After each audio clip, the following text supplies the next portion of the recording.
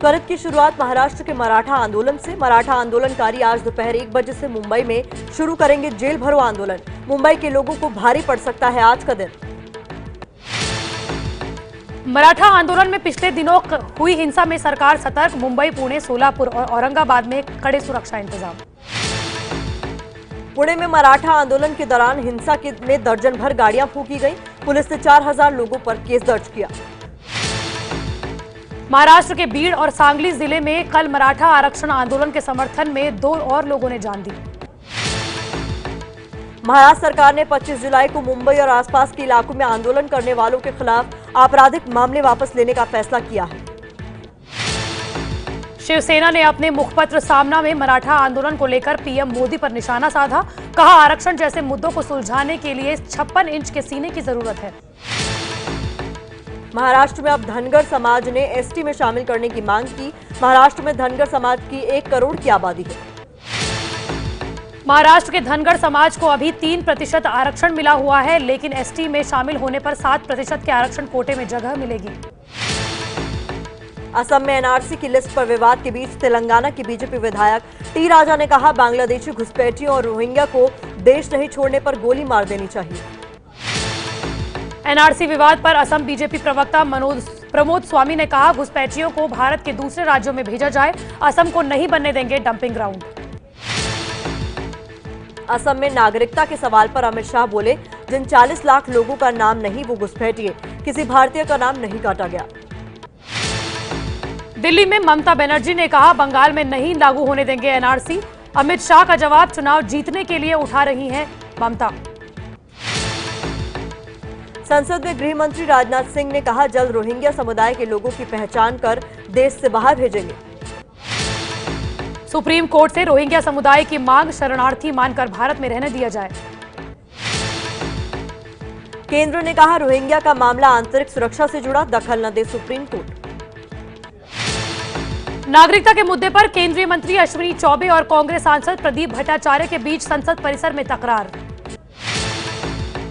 कांग्रेस सांसद प्रदीप भट्टाचार्य ने बीजेपी पर लगाया नागरिकता पर गलत बयानी का आरोप। अश्विनी चौबे ने कहा, घुसपैठिए भारत छोड़ो। नागरिकता विवाद पर एकजुट हुआ विपक्ष। संसद परिसर में टीएमसी, एसपी और आप का प्रदर्शन। कांग्रेस का कहना है कि एनआरसी की प्रक्रिया सही नहीं है और सुप्रीम कोर्ट की आड़ लेकर बीजेपी अपना हित साध रही है। बीजेपी महासचिव कैलाश विजयवर्गीय ने कहा, पश्चिम बंगाल में घुसपैठिए लोगों का रोजगार छीन रहे हैं। एनआरसी विवाद पर पश्चिम बंगाल की ममता सरकार को घेरा।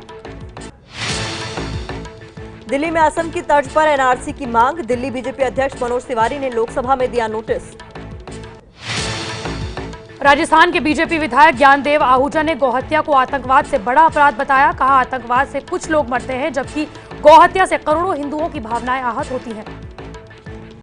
आतंकवादी 2, 4, 5 लोगों को मारते हैं, लेकिन एक गोकशी के कारण या उत्तर के कारण हजारों लोगों का, लाखों लोगों का मन आहत होता है, क्योंकि माँ का देश है। फिर मैं दोहरा रहा हूँ, गंगा माता, गीता माता, गौ माता, धरती माता और तुलसी माता और हमें जन्म देने वाली माँ, ये माँ का देश है। माँ के साथ कोई छेड़छाड़ करे, माँ के साथ कोई बदतमीजी करे या माँ के साथ कोई गुंडागर्दी करे, ये इस देश में सहन नहीं होता।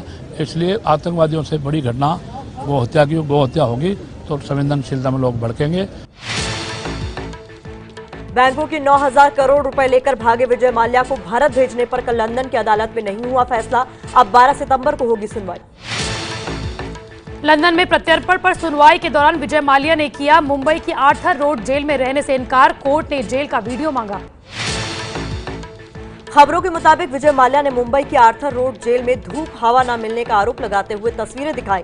भारत ने जेल का वीडियो भेजने का वादा किया। अविश्वास प्रस्ताव पर विपक्ष को हराने के लिए बीजेपी सांसदों ने मोदी को दी बधाई, मुंह मीठा कराया।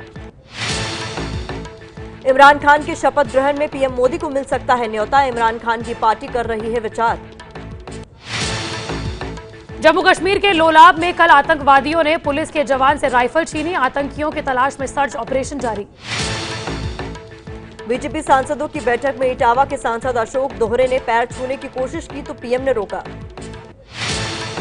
भारतीय रिजर्व बैंक आज जारी करेगा मौद्रिक नीति की समीक्षा। जून में हुई पिछली समीक्षा में ब्याज 2.5 दर बढ़ाई गई थी।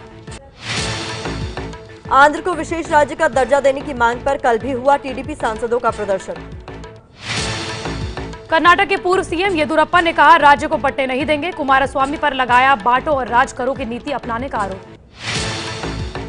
दलित एक्ट को लेकर जब जेडीयू ने बढ़ाया दबाव, महासचिव श्याम रजक ने रामविलास पासवान से इस्तीफा देकर लड़ाई में उतरने को कहा। जेडीयू महासचिव श्याम रजक ने एनजीटी के चेयरमैन एके गोयल को हटाने की मांग की।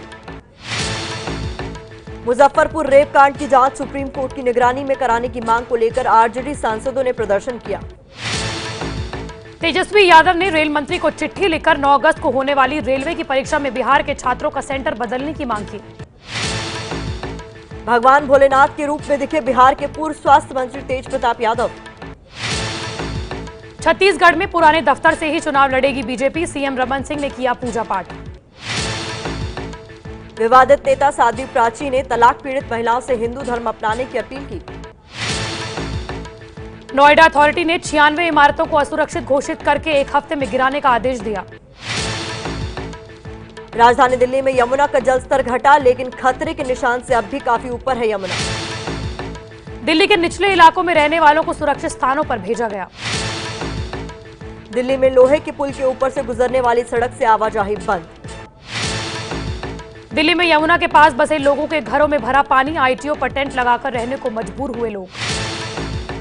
दिल्ली के बुराड़ी इलाके में किसानों के खेत बाढ़ से बर्बाद, गांव के लोग पुश्ते पर आकर रहने को मजबूर। यूपी के शामली में यमुना का जलस्तर बढ़ने से हजारों बीघा फसल बर्बाद, नदी किनारे बांध बनाए जाने की मांग पूरी न होने से खफा किसानों ने की प्रशासन के खिलाफ नारेबाजी। यूपी में बाढ़ और बारिश से अब तक 92 लोगों की मौत। सीतापुर में भारी बारिश के कारण सरकारी स्कूल में पानी भरा, स्विमिंग पूल जैसा दिख रहा है स्कूल का मैदान। कानपुर के कई इलाकों में पानी भरा, गर्भवती महिला को 108 नंबर एम्बुलेंस तक ठेले में लाद कर पहुंचाना पड़ा। यूपी के गोंडा में आरटीओ दफ्तर समेत तमाम सरकारी दफ्तरों में भरा पानी, लाइसेंस और फिटनेस सर्टिफिकेट के लिए आने वालों को हो रही है परेशानी। यूपी के गोंडा के चौक बाजार की सड़कों पर पानी भरा, बरसात से पहले नालों की सफाई के दावों की खुली पोल। यूपी की राजधानी लखनऊ में बारिश के कारण जगह जगह पानी भरा। यूपी के मुरादाबाद की महाशिव कॉलोनी में करीब 50 परिवार पानी में फंसे, जिला प्रशासन ने नाव लगाकर कॉलोनी खाली करने के आदेश दिए। यूपी के हमीरपुर में लगातार बारिश की वजह से स्टेट हाईवे 91 का बुरा हाल, हाईवे का करीब 10 मीटर हिस्सा जमीन में धंसा। बारिश की वजह से यूपी के मैनपुरी में थाने में भरा पानी। यूपी के उन्नाव में प्रशासनिक तैयारियों की खुली पोल, पूरा शहर पानी पानी हुआ। गाजियाबाद के लोनी में अस्पताल में भरा पानी, मरीजों को दिक्कत। वाराणसी में गंगा नदी के लगातार बढ़ रहे जलस्तर से सभी 84 घाटों का संपर्क आपस में टूटा, प्रशासन ने जारी किया अलर्ट। यूपी के हरदोई में पुलिया बहने के कारण बंद हुई जगदीशपुर से शाहबाद जाने वाली सड़क फसलों को भी भारी नुकसान। उत्तराखंड के पिथौरागढ़ जिले में बाढ़ से बुरे हालात, सरकारी स्कूल के टीचर तार के सहारे नदी पार करने को मजबूर हुए। चमोली के घाट बाजार में पानी के तेज बहाव की वजह से फंसी गाय 3 घंटे की कोशिश के बाद निकाली गई। एमपी के मंदसौर में एक बदहाल स्कूल का वीडियो हुआ वायरल, स्कूल की टपकती छत के नीचे छतरी लगाकर बैठे हैं बच्चे। बिहार के कैमूर जिले में 2 दर्जन से ज्यादा गांवों का संपर्क टूटा, किसानों की फसलें भी बर्बाद हुई। पटना में गांधी सेतु की रेलिंग तोड़कर स्कॉर्पियो गंगा में गिरी, 4 से 5 लोग सवार थे, तलाश जारी। बिहार के जहानाबाद का नालंदा से सड़क संपर्क टूटा, दरधा नदी पर बना डायवर्जन वहां। बिहार के रोहतास के चेनारी में स्कूल में पानी भरा, फिर भी किसी तरह स्कूल पहुंच रहे हैं बच्चे। जम्मू कश्मीर के उधमपुर के कनाल में गरीब परिवार खुले आसमान के नीचे रहने को मजबूर, 14 दिन पहले गिरा था मकान, अब तक नहीं मिली कोई मदद। ओडिशा में बालासोर शहर के कई इलाकों में पानी भरा, शहर के प्रमुख अस्पताल में सर्जरी वार्ड समेत हर जगह पानी भरा। केरल की राजधानी थिरुवनंतपुरम में भारी बारिश, जगह जगह पानी भरने से लोग हुए परेशान।